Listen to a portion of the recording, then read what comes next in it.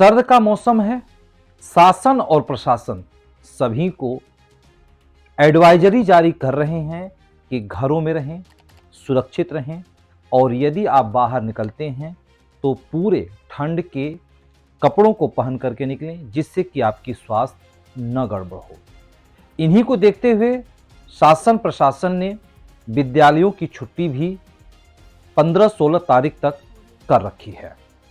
लेकिन कुछ जरूरतें लोगों की ऐसी हो जाती है कि मजबूरन उनको बाहर निकलना पड़ता है। जब बाहर निकलते हैं तो थोड़ी सी भी असावधानी उन्हें अस्वस्थ कर देता है।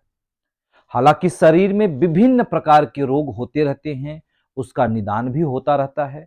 लेकिन आज जब ठंड की मौसम है और इस ठंड के मौसम में जब व्यक्ति को चेस्ट में प्रॉब्लम होना शुरू हो जाता है, सांस लेने में दिक्कतें होने लगती हैं, खांसी होने लगती है, सर्दी होने लगती है और तरह तरह के बीमारियां जब होने लगती हैं तो व्यक्ति घबरा जाता है।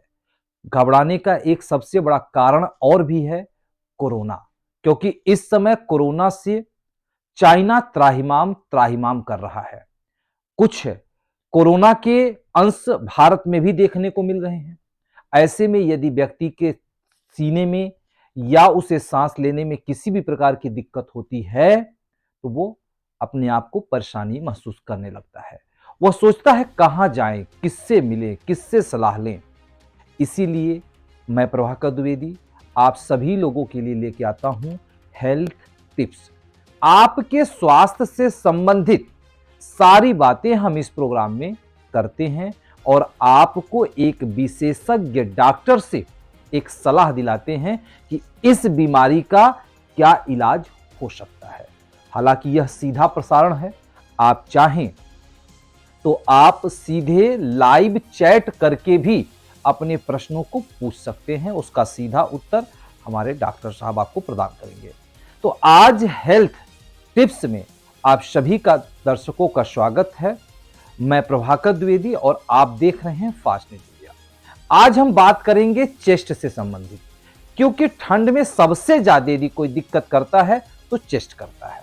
तो चेस्ट से संबंधित बात करेंगे, इसीलिए आज वाराणसी के 80 क्षेत्र से डॉक्टर एसके पाठक जो डायरेक्टर हैं ब्रेथ इजी हॉस्पिटल के, यहां पे चेस्ट से संबंधित विशेषज्ञ हैं और इससे संबंधित बहुत ही अच्छे तरीके से इलाज होता है। तो आज इस हेल्थ टिप्स प्रोग्राम में वाराणसी से डिस्ट्रिक्ट इंचार्ज दिल्ली आशीष श्रीवास्तव हमारे साथ जुड़ रहे हैं। डॉक्टर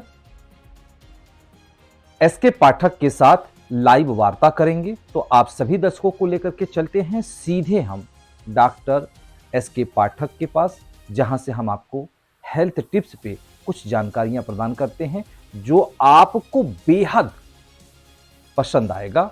यदि आपको यह प्रोग्राम पसंद आता है तो लाइक और कमेंट करना ना भूलें।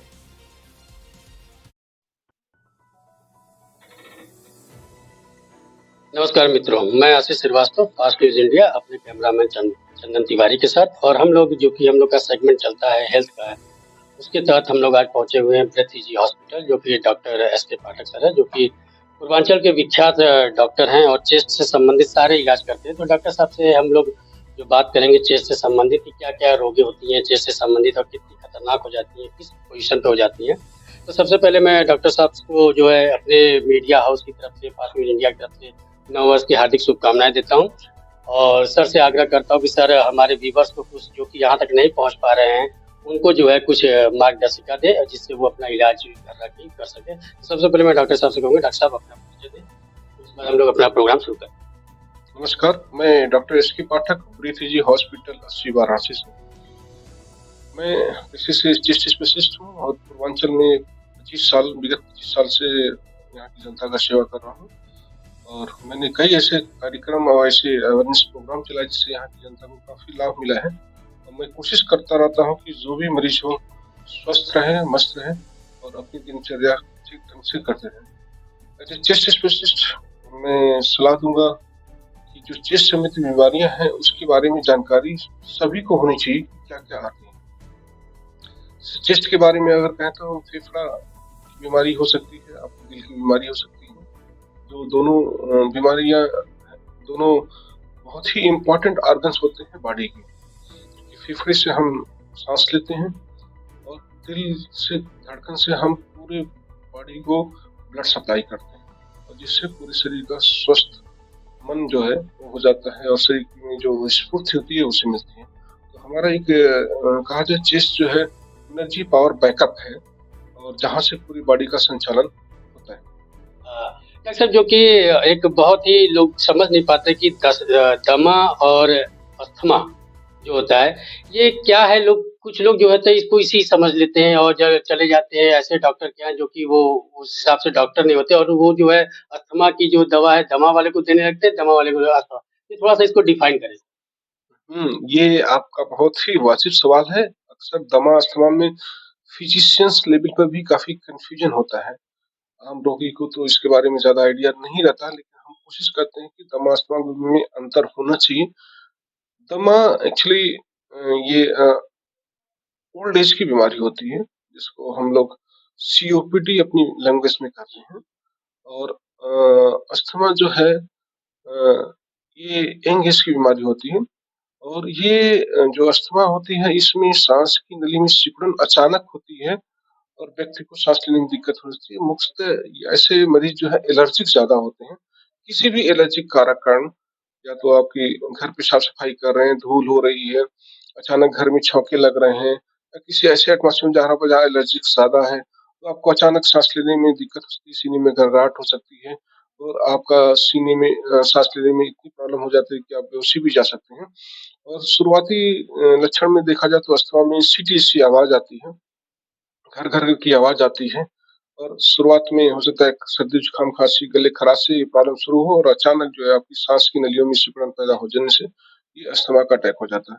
लेकिन सीओपीडी में अक्सर ये देखा गया है कि ये 40 साल की अवस्था के बाद होता है, और ये जो बीमारी है अक्सर उन लोगों में होती है जो स्मोकिंग करते हैं, धूम्रपान करते हैं, बहुत ही पॉल्यूटेड एटमॉस्फेयर में रहते हैं, खासकर इंडस्ट्रीज एरिया में रहते हैं, जहाँ धुएं का काम ज्यादा होता है, वहां पर ये प्रॉब्लम ज्यादा होती है। स्मोकिंग इसका मुख्य कारण होता है, और इसको देखा जाता है ये विंटर्स में ज्यादा कॉमन होती है बीमारी। और इसमें जो प्रॉब्लम होती है सांस की नलियों में सिकुड़न रहती है, परमानेंट ब्लॉकेज हो जाता है, जिसको हम लोग कहते हैं जैसे हार्ट में ब्लॉकेज हो जाता है, उससे सांस की नलियों में भी ब्लॉकेज होने लगता है और डैमेज होने लगती है सांस की नलियां, और हमेशा परमानेंट ये प्रॉब्लम बनी रहती है, जिसमें कफ बलगम की शिकायत ज्यादा होती है। जो अस्थमा में ऐसा नहीं होता, उसमें सांस लेने में तकलीफ होती है लेकिन कफ की शिकायत बहुत ही कम रहती है। तो ये यंगस्टर्स में ज्यादा होती है अस्थमा की प्रॉब्लम, और सीओपीडी की या दमा की प्रॉब्लम अक्सर ओल्ड एज में होती है, खासकर जो स्मोकर्स होते हैं। और दोनों की दवाओं की पद्धति अलग अलग होती है, खासकर जब हम यहाँ पर यूज करते हैं अस्थमा में तो कुछ इनहेल्ड स्टेरॉइड यूज करते हैं, ऐसी थेरेपी करते हैं जिससे ब्रोंकियल मसल्स को रिलैक्स देते हैं। जबकि दमा में ऐसा नहीं होता, उसमें हमें कुछ ऐसी ब्रोंकोडायलेटर मेडिसिन का यूज करना पड़ता है जो परमानेंट सांस की नली को खोले रखे। डॉक्टर साहब, एक चीज और जो होता है कि जनरल जो पेशेंट जो कि होते हैं वो टीबी जो तपेदिक होती है, ये तपेदिक कितना इन्फेक्टेड करता है चेस्ट को या फेफड़े को खत्म कर देता है, ये क्या है डॉक्टर साहब? ये बहुत ज्यादा अभी भी लोग समझ नहीं पाए हैं। तपेदिक बहुत पुरानी बीमारी है और ये आदिकाल से चली आ रही है, लोगों को इसके बारे में पता भी नहीं था। लेकिन जो मेडिसिन इसकी जो खोज हुई है, ये आज के 100 साल पहले इस दवाओं का खोज इसका शुरू हुआ है। और तपेदिक में जो कॉमन लक्षण अगर देखा जाए तो यदि आपको खांसी आ रही है लगातार 3 से 4 हफ्ते से ज्यादा आ रही है, बुखार बना रह रहा है, बलगम आ रहा है, हो सकता है आपके बलगम के साथ खून आ रहा है, आपका वजन गिर रहा है लगातार, ये संभावना हो सकती है कि आपको टीबी हो। इसके लिए आपको एक सिंपल एक्सरे कराना होता है और बलगम की जांच होती है, जो काफी कम कीमत तो होती है। इसको आजकल प्राइवेट सेक्टर में तो सब इलाज होते रहते हैं, लेकिन गवर्नमेंट में भी इसमें इलाज काफी फ्री चल रहा है। और इसमें जो लक्षण हमने जैसे बताया कि आपको बुखार आना, लगातार खांसी बने रहना, वजन का गिरना, और आपकी कमजोरी होना, थकान, ये सब जो लक्षण आपके ट्यूबरकुलोसिस के हैं। तो अगर ये लक्षण है तो आप तुरंत जांच कराएं, और जांच में यदि प्रॉब्लम आती है तो इसकी दवाइयां जो चलती है वो 6 महीने मिनिमम होती है, और 8 महीने से लेके 12 महीने, कभी-कभी किसी पेशेंट्स में हम लोग 18 महीने या 2 साल तक भी देते हैं, depending upon the patients conditions और किस टाइप की टीबी है। टीबी 2 तरह की होती है। सिंपल टीबी होती है जो फर्स्ट टाइम इन्फेक्ट होती है, लेकिन एक मल्टी ड्रग रेजिस्टेंट ट्यूबरकुलोसिस जिसको हम लोग एमडीआर टीबी कहते हैं। ये काफ़ी खतरनाक टीबी होती है, यानी इसका प्रेवलेंस 2 से 4% ही होता है। लेकिन अगर हम दवाओं को रेगुलर नहीं लेते हैं तो उनमें ये एमडीआर टीबी का प्रकोप ज़्यादा हो जाता है। तो जैसे आप दवा ले रहे हैं 2 महीने दवा, जैसे हमने बोला 6 महीने के कोर्स होते हैं, लेकिन आप 2 ही महीने ले रहे हैं, उसके बाद छोड़ दे रहे हैं, फिर 4 महीने बाद फिर दवा शुरू किया, 2 महीने लिया फिर छोड़ दिया। इस तरह से अगर आप दवा ले रहे हैं, छोड़ रहे हैं, दवा ले रहे हैं, तो ये जो दवाइयाँ हैं, जो फर्स्ट लाइन की दवाइयाँ होती हैं, वो काम करना बंद कर देती हैं। तो फिर हमें रेजिस्टेंट टीबी का टैग लगाना पड़ता है, उसके लिए स्पेशल टेस्ट होते हैं, स्पेशल ट्रीटमेंट होता है, जिसका कोर्स कम से कम 24 महीने होता है और इसका खर्च भी काफ़ी लंबा है, लाखों में चला जाता है। तो जो दवा का इलाज हम हज़ारों में कर सकते हैं, वो लाखों में चला जाता है। तो ऐसे भली-भाँत इस बीमारी से आपको जानकारी रखना ज़रूरी है, इलाज की पद्धति को जानना ज़रूरी है। दवा कभी अगर टीबी की शुरू हुई है, पक्की है, उसका पूरा कोर्स करना होता है, कभी दवा अधूरे में ना छोड़ें। मैं सर के विषय में कुछ और भी बताना चाहूँगा अपने व्यूअर्स को कि सर जो है चैरिटी और समाज सेवा में बहुत जुड़े हुए रहते हैं। बाढ़ पीड़ितों के लिए सर ने बहुत काम किया हुआ है और कोविड से जो प्रभावित हुए हैं परिवार, उनको भी सर ने बहुत सर के विषय में मैं बताना चाहूँगा कि सर जो है चैरिटी और समाज सेवा में बहुत से काम किए रहते हैं, करते भी हैं। जैसे कि कोविड से संबंधित परिवार है, उनको भी देखभाल करते हैं। अभी बाढ़ पीड़ित जो बनारस बाढ़ से बहुत ग्रसित हुआ था, उनको भी वो करते रहते हैं, इस तरीके से करते हैं। तो डॉक्टर साहब से हम जो दूसरा सवाल पूछेंगे कि डॉक्टर साहब ये चेस्ट इन्फेक्शन क्या है और ये कहाँ तक हार्ट को प्रभावित करता है? क्योंकि ये तो सर चेस्ट इन्फेक्शन जहाँ तक मैंने देखा है सर कि अभी मैं गया हुआ था गवर्नमेंट हॉस्पिटल, वहाँ देखा कि 8 साल 6 साल के बच्चे भी इससे इन्फेक्टेड है, बहुत ज़्यादा, सांस बहुत तेजी। तो ये सर ये क्या है? देखिए, चेस्ट इन्फेक्शन बॉडी की इम्यूनिटी पर डिपेंड करता है। जैसे आपने कोविड में देखा ही है, जिसकी इम्यूनिटी बहुत अच्छी थी उनमें कम प्रकोप था, जिनकी इम्यूनिटी बहुत खराब थी उनको इन्फेक्शन की ज़्यादा। तो इस तरह से वायरस बैक्टीरिया जो हमारे लंग्स में सांस के रास्ते से हमेशा आते जाते रहते हैं, लेकिन आपकी इम्यूनिटी बहुत अच्छी है तो उसका कोई बाल-बाका नहीं बिगाड़ पाती। लेकिन जब आपकी इम्यूनिटी गड़बड़ हो जाती है, आप पहले से सांस की बीमारी है, खासकर कोई ऐसी बीमारी है जिससे आपका लंग्स कमजोर हुआ है, तो इसमें चेस्ट इन्फेक्शन खासकर बैक्टीरिया का, वायरस का, फंगस का इन्फेक्शन लंग्स में हो जाता है। खासकर उन पेशेंट्स में ज़्यादा होता है जिनकी इम्यूनिटी में डायबिटीज ज़्यादा अनकंट्रोल्ड हो रही है, कुछ ऐसी मेडिसिन चल रही है जिस कारण इम्यूनिटी आपकी कमज़ोर हो जाती है। स्टेरॉइड जैसे आप लगातार ले रहे हैं, उसमें इम्यूनिटी कमज़ोर हो जाती है और बच्चों में और बूढ़ों में इम्यूनिटी ऑलरेडी कमज़ोर होती है। इनमें ये खतरा काफ़ी ज़्यादा था चेस्ट इन्फेक्शन का। जैसे आपने बोला कि चेस्ट इन्फेक्शन से हार्ट पर क्या असर होता है, तो चेस्ट जो फेफड़ा और दिल दोनों आसपास रहते हैं। अगर एक डिस्टर्ब होता है तो दूसरा ऑटोमेटिक डिस्टर्ब होता है। जैसे मकान की कोई भी नींव अगर एक भी डिस्टर्ब होती है तो पूरे मकान पर असर आता है। तो वैसे जब हार्ट लंग्स आपका कमजोर होता है या इन्फेक्टेड होता है तो उसका असर इनडायरेक्टली जो है हार्ट पर आता है, जिससे कि हार्ट की प्रॉब्लम भी बन सकती है। खासकर सीओपीडी या ब्रोंकाइटिस के केस में अगर इन्फेक्शन होता है तो हार्ट अटैक की संभावना भी बन जाती है। तो ऐसे में एक दूसरे के पास रहने से, एक दूसरे से डिपेंडेंट होने का, एक अगर लंग्स जो है ऑक्सीजन की सप्लाई अच्छे से नहीं करता तो हार्ट पर प्रेशर पड़ता है, ब्रेन प्रेशर, बॉडी में असर पड़ता है। तो एक दूसरे से रिलेटेड है।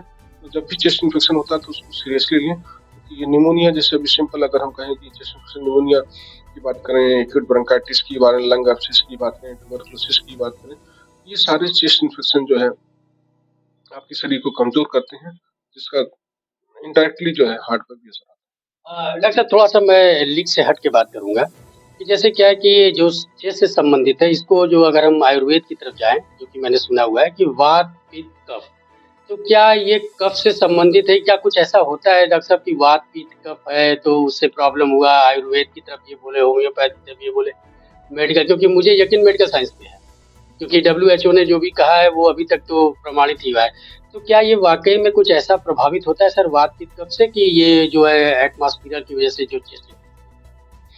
देखिए, एटमॉस्फेयर और खान पान पर पूरा असर होता है आपकी बॉडी की इम्यूनिटी पर। वात की बात जैसे बात करें, आयुर्वेदिक पद्धति है, पुराने जमाने से चली रही। पहले उतनी अच्छी टेक्नोलॉजी नहीं थी, इसलिए लोगों को जानकारी, लेकिन यह कि उसकी संज्ञा दी जाती थी कि ये कारण हो सकते हैं, उसके कारण आप लोग सर्च करते हैं। लेकिन अगर मेडिकल साइंस की बात करें, चेस्ट इन्फेक्शन आपकी बॉडी की पूरी टोटली इम्यूनिटी पर डिपेंड करता है। आपकी बहुत अच्छी है, आपको कोई भी इन्फेक्शन आपको अफेक्ट नहीं करता है, और आपकी थोड़ी भी गड़बड़ है तो आपको किसी भी तरह का इन्फेक्शन हो सकता है। डॉक्टर साहब, लास्ट सवाल कि जो कि पूरी दुनिया इससे क्राइसिस और ताहिमाम में मची हुई थी, कोविड-19 को लिया जाए। तो डॉक्टर साहब, कोविड-19 तो पूरी तरीके से अगर देखा जाए तो चेस्ट संबंधित ही बीमारी थी, जो कि आया और बहुत से लोग जिसकी इम्यूनिटी कम थी। तो डॉक्टर साहब, जो आदमी को चेस्ट पे कोविड का प्रभाव पड़ा था, क्या वो लाइफ टाइम अब उसकी वीक रहेगी या फिर वो उसको स्वस्थ किया जा सकता है? बच तो गया, लेकिन स्थिति ये है कि ब्लैक फंगस हो जाना और इस तरीके की चीज़ें जो स्टेरॉइड बहुत ज़्यादा लिया है, तो कहाँ तक प्रभाव पड़ा है इसका? कोविड-19 देखा जाए तो मानव त्रासदी का एक बहुत ही काला अध्याय था, जो 2019 से 20 में 21 तक काफ़ी तबाही मचाई। अभी बॉडी की लोगों की इम्यूनिटी काफ़ी अच्छी हो गई है, हर्ड इम्यूनिटी एक डेवलप हो गई है जो कम्युनिटी में। हर्ड इम्यूनिटी की बात अगर हम करते हैं, हर्ड इम्यूनिटी होती क्या है? जब आपके समाज में 90% लोग इन्फेक्टेड हो जाते हैं या वैक्सीनेटेड हो जाते हैं, तो एक तरह से पूरे समाज को एक प्रोटेक्शन मिल जाता है।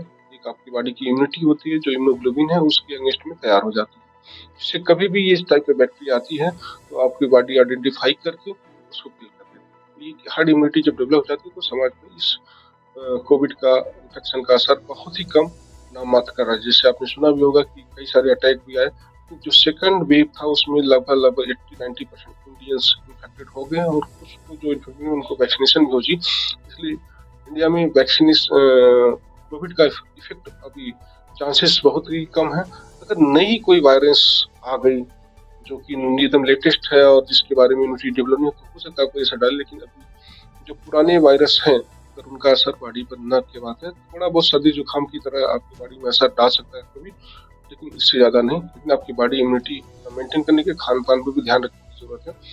जो भी अच्छी हाई प्रोटीन डाइट लेना है, ग्रीन वेजिटेबल्स लेना है और रेगुलर एक्सरसाइज करना है, और खान पान पे अगर आप इसमें दे रहे हैं ध्यान दे रहे हैं तो बिल्कुल आप स्वस्थ रहेंगे, कोई चिंता की बात नहीं। डॉक्टर साहब, अपने ब्रेथ इजी जो हॉस्पिटल है, इसमें क्या-क्या सुविधाएँ हैं और पेशेंट को कितना जल्दी लाभ हो सकता है?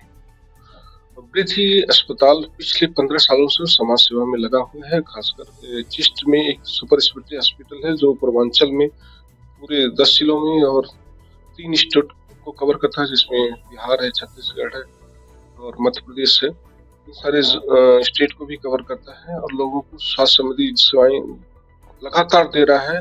और अभी पिछले हम 15 साल का डाटा अगर देखेंगे तो हमारे पास जो है 3 से 3.5 लाख लोग रोगी ठीक होकर गए हैं।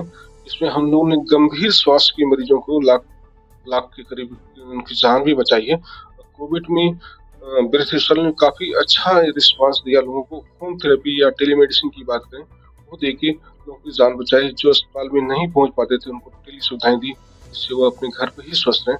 तो ब्रिथी हमेशा कोशिश करता है समाज को सजग करने की, जो हेल्प हो सकती है करने की। और ये ब्रिथी अस्पताल जो है हफ्ते में 2-3 निःशुल्क सेवा भी दे रहा है, जिसमें शुक्रवार और रविवार को कभी भी कोई भी गरीब व्यक्ति है सुबह 9 से 12 बजे आके परामर्श निःशुल्क ले सकता है।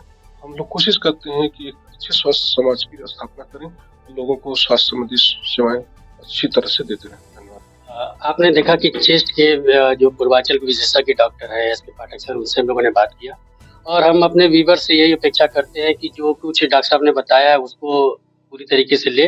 अगर नहीं ठीक होता है तो डॉक्टर साहब के पास आके मिले।